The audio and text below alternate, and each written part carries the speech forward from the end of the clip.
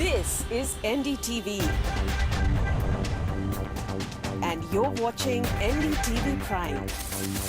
In association with Micromax. Nothing like anything.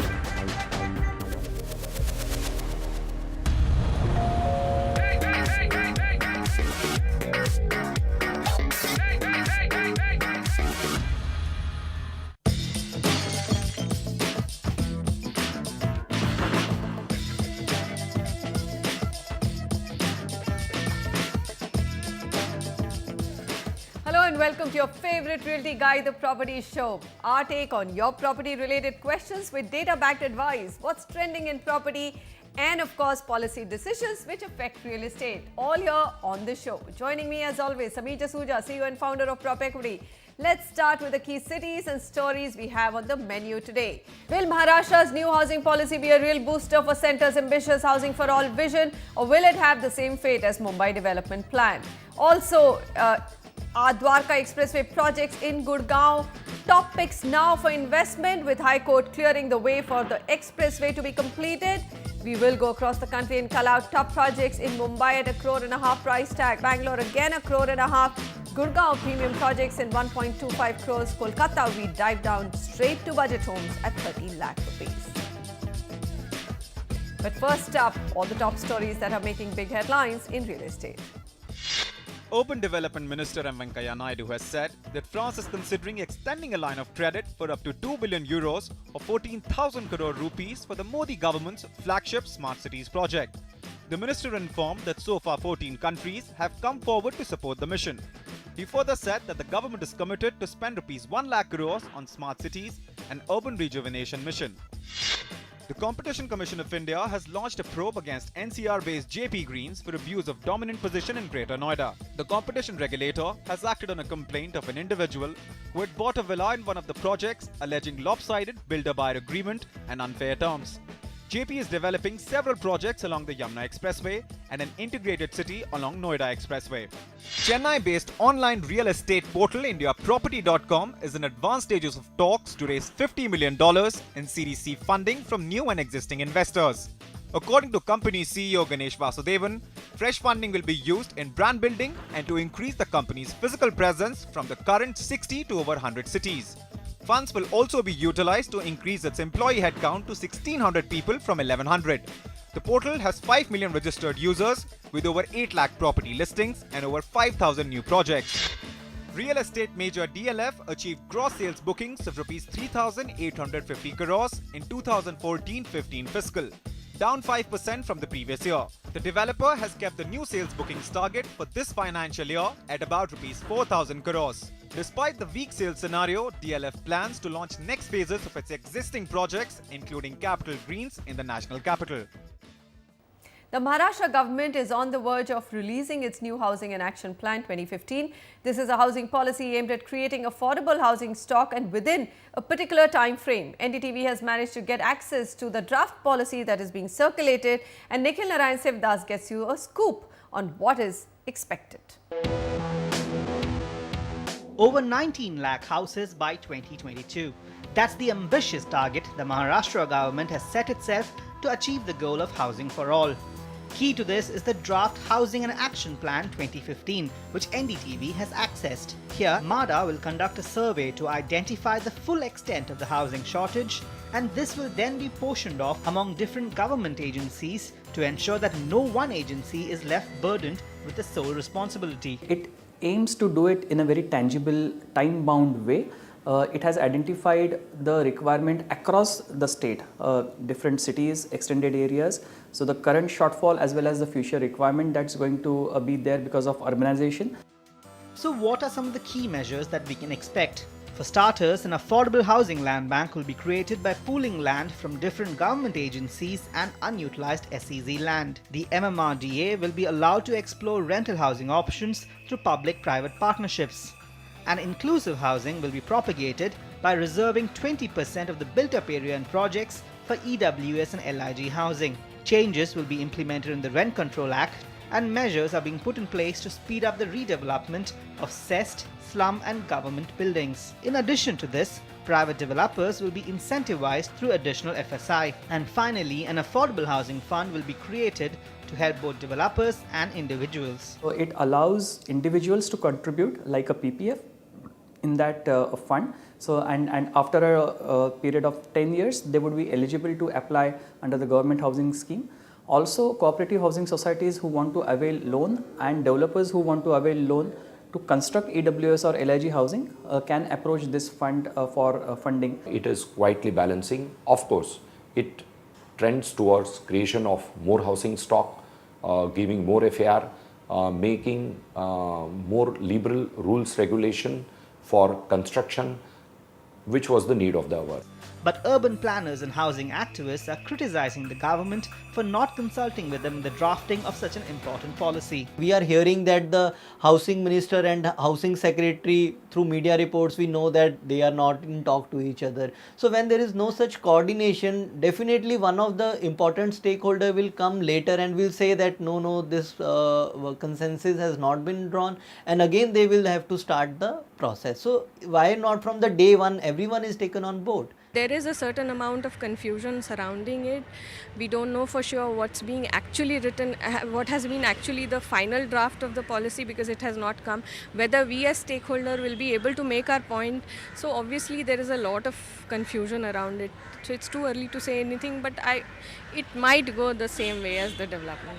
Here, experts are concerned that potential flaws in the surveys could result in the new housing policy being delayed like the Mumbai development plan, or even failing to take off. While flaws are inevitable, there is no denying that this policy represents the most focused approach to dealing with Maharashtra's housing problem.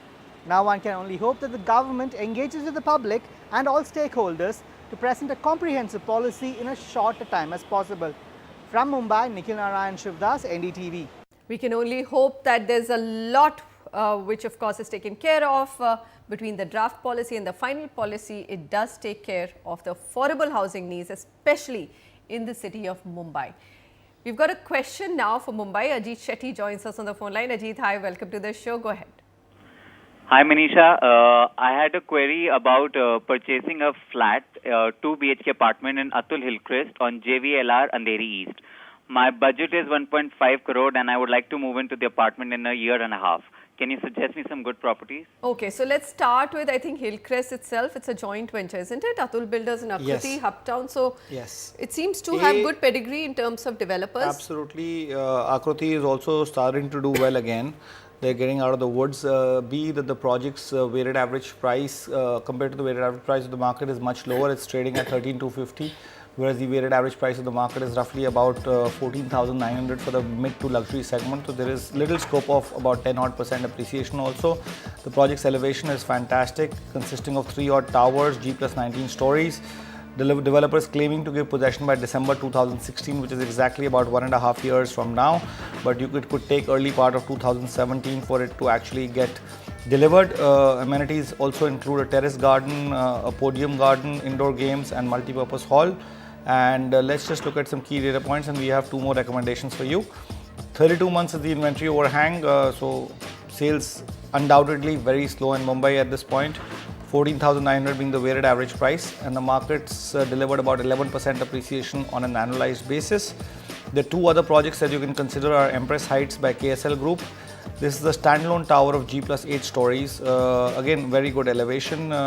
This is about 1 kilometer from the Bombay Scottish School, 2 kilometers from the Marol Naka metro station and 3 kilometers from the Infinity Mall. So social infrastructure is just right around this complex literally. And although there is a podium next to the building for car park and amenities, that should be kept in mind. Madhukosh by DS Kulkarni, again in Delhi East. It's 3 towers of G plus 12 stories. Again, malls, hotels, schools are right within 3 kilometers vicinity of this, like the Bombay Cambridge School, Times Square Mall and ITC Maratha. And it's about a kilometer and a half from Sakinaka metro station. And all approvals including IOD and CC are in place. Alright, so a quick summary, 1.5 crore. What are your options in Mumbai's Andheri East? There's Express Heights, KSL Group and Madhukosh by DS Kulkarni Developers. And of course, the project Hillcrest that you had chosen also gets a go-ahead. Next, we've got Mr. Ravindra writing in to us, and he says, I would like to purchase a property along the expressway. Is it worthwhile to purchase Lotus new launch in Sector 150 Noida or go for any resale property in Noida? My budget is 70 to 75 lakhs. I can say please don't go for any Lotus property right now. Just go for a resale property. Why not? Well, I would slightly disagree with you here. Why, sir? The reason for that is that this is a property being delivered, being available at a much lower rate, 4,090 rupees compared to 5,000 rupee weighted average price of the market at this point. I have no faith in the developer. This is not 3C. Doesn't matter. It's the same. It's cut out of the same cloth. There are huge issues with 3C today, Sameer. Well, why would you say that a company which is led by a promoter who was part of 3Cs and now has started a new company, just because he has PE money, has better intentions? Well, the point that I'd like to make here is that although there's a lot of rumors surrounding 3C, they have delivered. It's not that they're not delivering, and it's not that they're not delivering on time. They right? are not delivering on time. So if you look at their project, the first project, which was a large number of apartments with partnership with Redford, it has been insured and it has been delivered. Okay. We have to pay attention to one very important point, which is that when PE money comes into a project, you literally have a large amount of security that your project will get delivered and delivered, if not on time, maybe 6 months to a year later.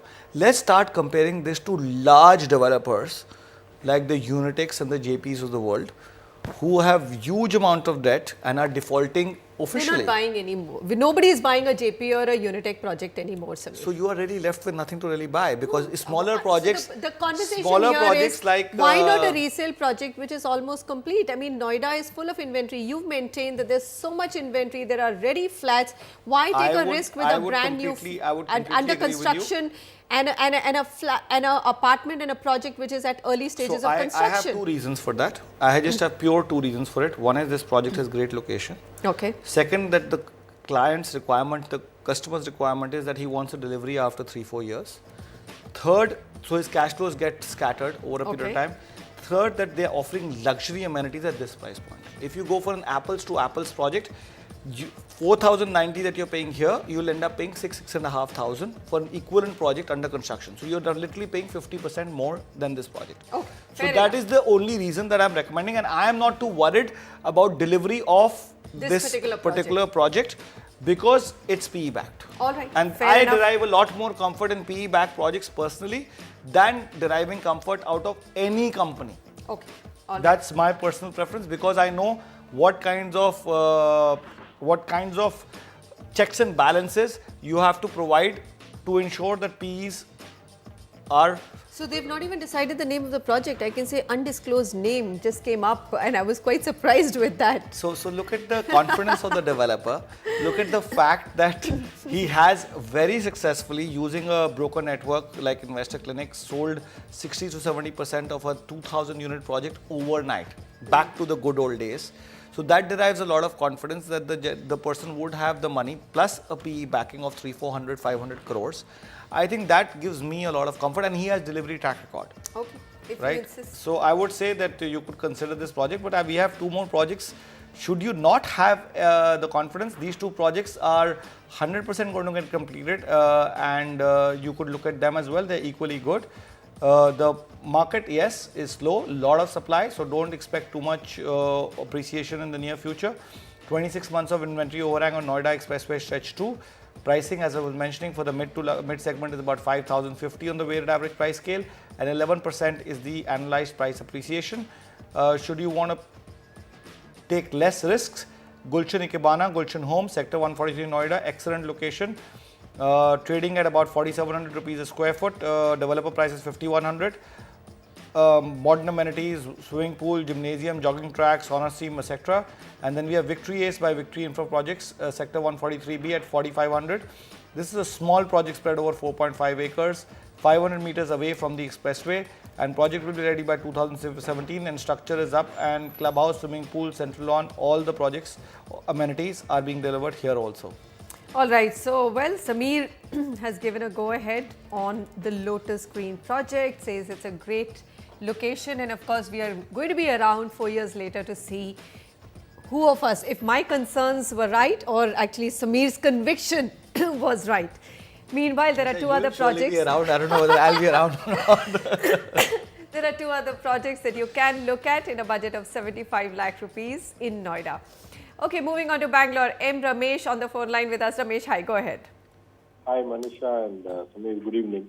See, I have a query. I look for an apartment in Bangalore, South Bangalore, preferably in Banerghatta Road or Kanakpura Road.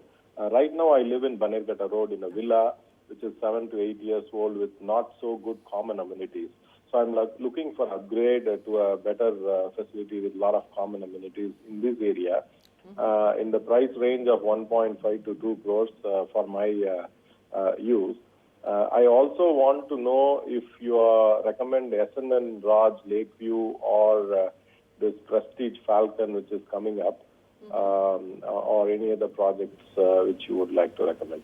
Okay, I think you've anyway picked up some of the nicer projects Bangalore, if you say you picked up projects of good developers, the good list is really long. I mean, Prestige, of course, is part of that list. So what do you think, Sameer? He wants to upgrade to a better location, but in a budget of 1.5 crore, will that be possible? And what is a better location? We were talking that day about the fact that as far as in Sarjapur, you have one super luxury project which is done extremely well. So as your CBDs are developing in new areas, clearly there is nothing called a better location. Yeah, if you look at Bangalore as a city, there are different micro markets, self-sustained micro markets that are emerging, whether it's a Whitefield, Electronic City, Yelahanka, or Banerghatta Road. There are about 14-15 micro markets that are self-sustained cities in themselves, right, as I would call it, very small cities. So he lives in Banerghatta. So if he had to upgrade, where does he go? Well, we are recommending, because his choice was MG Road, Banerghatta Road and Kanakpura, so we stuck to that. Okay. We didn't go in researching the fact that which is better than the other one, right? Close to where he is already. Except that we knew that MG Road would be completely unaffordable. Banerghatta Road and Kanakpura Road have got very decent amount of secondary, they're like secondary markets with infrastructure fully available. So I wouldn't see any reason why you would not want to be, want to be there, because it's there, and the weighted average price of the market suggests also it's one of the good markets and expensive micro markets of Bangalore, trading at 5,800 rupees on the weighted average price scale for Banerghatta, and Kanakpura Road is 5,000 rupees. Inventory overhang is very safe in both the micro markets. Banerghatta Road is 17 months and Kanakpura Road is 20 months. And price appreciation, Banerghatta Road is fantastic. It's 14% on an annualized basis, one of the best performing micro markets of Bangalore, I must say. And Kanakpura is about 10% as well on an annualized basis. You could go for either of the two micro markets. Having said that, please also note for all the viewers that Bangalore has also started to slow down now finally. It's not going to be able to buck the trend for too long. And yes, of course, relatively. Well, even Shobha's sales, I yes, mean, showed the quarter right. numbers of Shobha clearly showed a slowdown. So nobody has been able to escape it. Even the marquee developers are feeling the pinch, and the developers, both DLF, Shobha, take any region, large developers are being upfront. They're setting extremely modest targets for the year to come. They're saying maximum we'll be able to do what we did last quarter or last year, not more. Yeah, absolutely. I think we still can't say when the worst will actually be over. We're surely nearing it, but still some time to go before things start to improve. Hyde Park by Nitesh Estates on Banerghatta Road. Project is 5-acre project, so good sized. Getting ready this year itself, so I think there will be another year delay maximum. If there, swimming pool, multi-purpose hall, amphitheatre, landscape gardens, everything is there. The project is also designed by HOK International, a very reputed architectural firm out of the United Kingdom. And many offices are within 2.5 kilometer radius, so employment generation facilities will definitely lead to this project being very quickly rentable. Brigade Omega by Brigade Group off Kanakpura Road. Just off Kanakpura Road, location has an advantage of Bangalore-Mysore Expressway. Total land area of the project is 6.5 acres. Facilities in the project are parks and open spaces, clubhouses with gyms. And lastly, we have Liberty Square at Atlantis Builders. This is at 5,000 rupees a square foot. This is about 200 meters off the main road, and they have a 12,000 square feet clubhouse, which is large for Bangalore standards. Gym, multi-purpose hall, tennis court, badminton court, everything is there in the project. All right, so that's a list of what you can buy. Bangalore at $1.5 crore. Bannerghatta Road is the market that we've looked at. Brigade Omega, Hyde Park, Liberty Square, and of course the prestige property Falcon that you have shortlisted has to be a great property. Go ahead and take a pick out of this list. On the other side, Dwarka Expressway. Well, all the hurdles for the expressway to be completed are out of the way. Is it the right time to invest in this region? Affordable properties in Nasik, which also double up for promising returns.